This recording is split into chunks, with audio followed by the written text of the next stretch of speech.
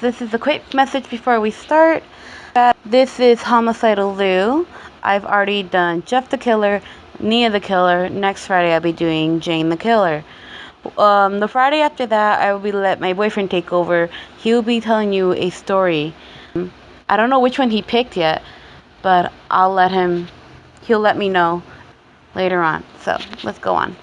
Creepypasta story time. Homicidal Lou. Lou Woods was a good boy. He always did as told. He got good grades. He always tried to keep his younger brother out of trouble. He had his passion for art and poetry. Good boys didn't end up where he had been, but he had volunteered himself because he loved his brother too much to let Jeff go in his place. It'd been a lonely, terrifying experience. Now it's been weeks since Lou has been released from the horrible place, only to see his little brother in such a delicate state. He visited as often as he could after school. Jeff couldn't speak, but that didn't stop Lou from trying to keep his brother entertained. He told him about mundane things like what he had for lunch, how he still hadn't made any friends, this one boy who kept calling him a prison reject, and how he was saving up to buy a new game for Jeff. All Lou could think about at school was his brother stuck in the hospital. Jeff didn't have a hospital roommate, but Lou had a feeling it was just as lonely for his sibling without him as it was for Lou when he was in that joke of correcting facility. Time passed quickly enough, though, and the doctor was ready to release Jeff. Lou felt nervous as the bandage was slowly removed. He had to remind himself that no matter what his brother looked like now, he was still the boy who would fight with him, play video games with him, and rely on him as a role model. The cloth was removed, and his mother screamed. Told Lou that what he saw wasn't an illusion. He swallowed back the feeling of his lunch crawling up his throat and told his brother, it's not that bad.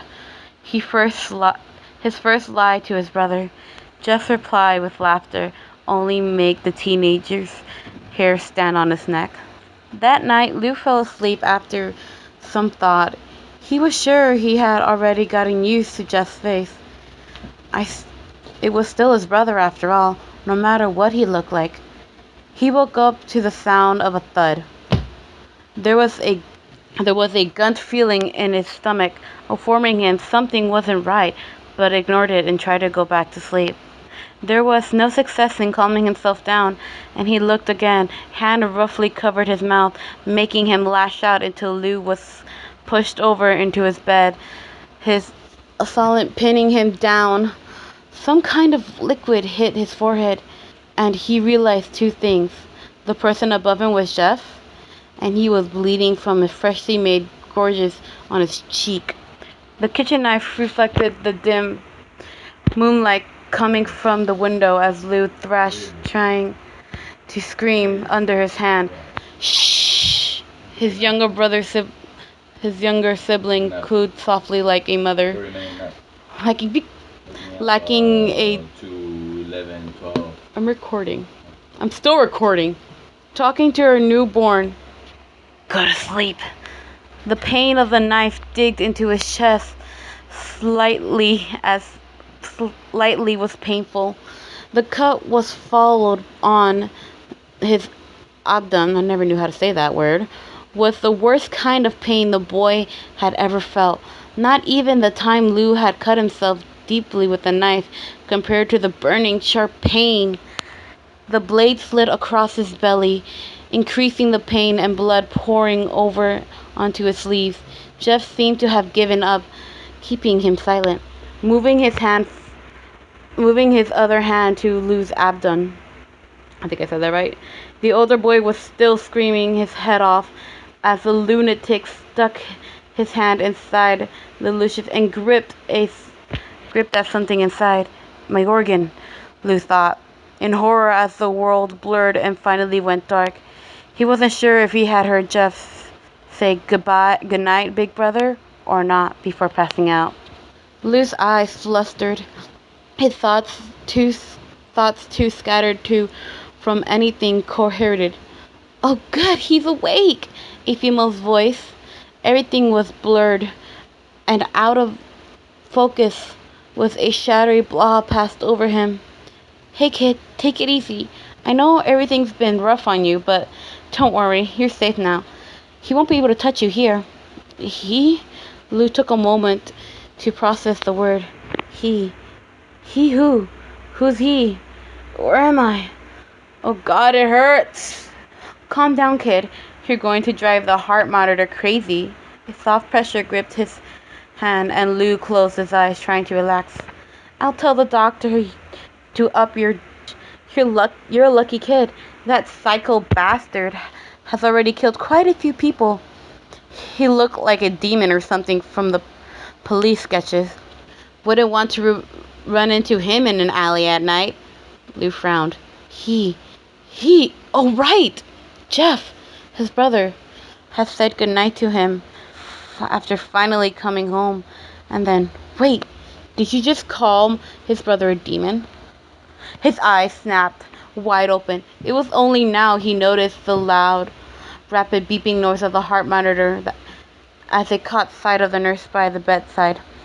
He hasn't realized he had started to split up until she pushed him down lightly. Lou's eyes trailed to her tools by his side.